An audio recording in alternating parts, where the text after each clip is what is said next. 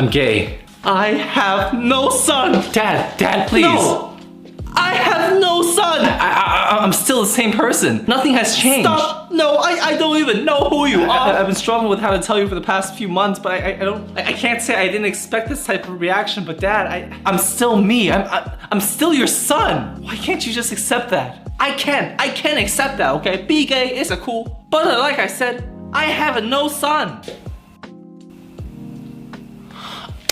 Oh my God, I'm in the wrong house. I am so sorry. That is, oh my, that is so embarrassing. You fucking